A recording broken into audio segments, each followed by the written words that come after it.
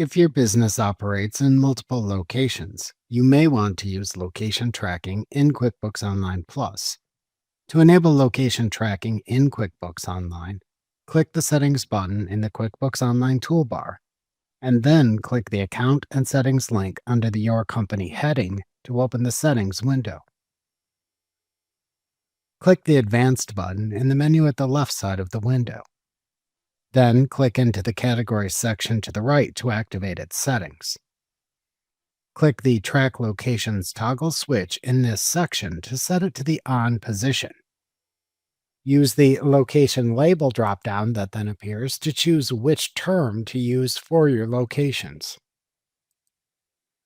To save your changes, click the Save button in this section. Then click the X button in the upper right corner of the Settings window to close it.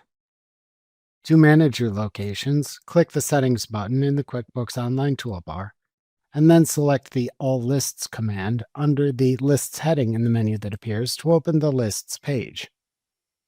Click the Locations link in the Lists page to open the Locations list page.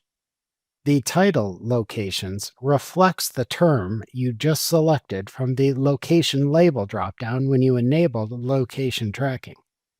So, for example, if you selected Properties, then the Lists page shows Properties as the title of the Locations list. To create a new location, click the New button in the upper right corner of the Locations page to open a Location Information window.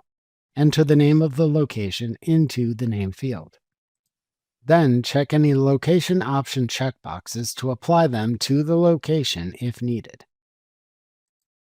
If checked, each checkbox then shows an additional option for which you must select or enter a value to enable the related location option. To save the location when finished, click the Save button. To run a location quick report on a location in the Locations list, click the Run Report link under the Action column in the Desired Locations row. To edit an existing location, click the drop-down under the Action column for the Locations row, and then click the Edit link to open the Location Information window again. Then change any location settings, and click the Save button to save the changes.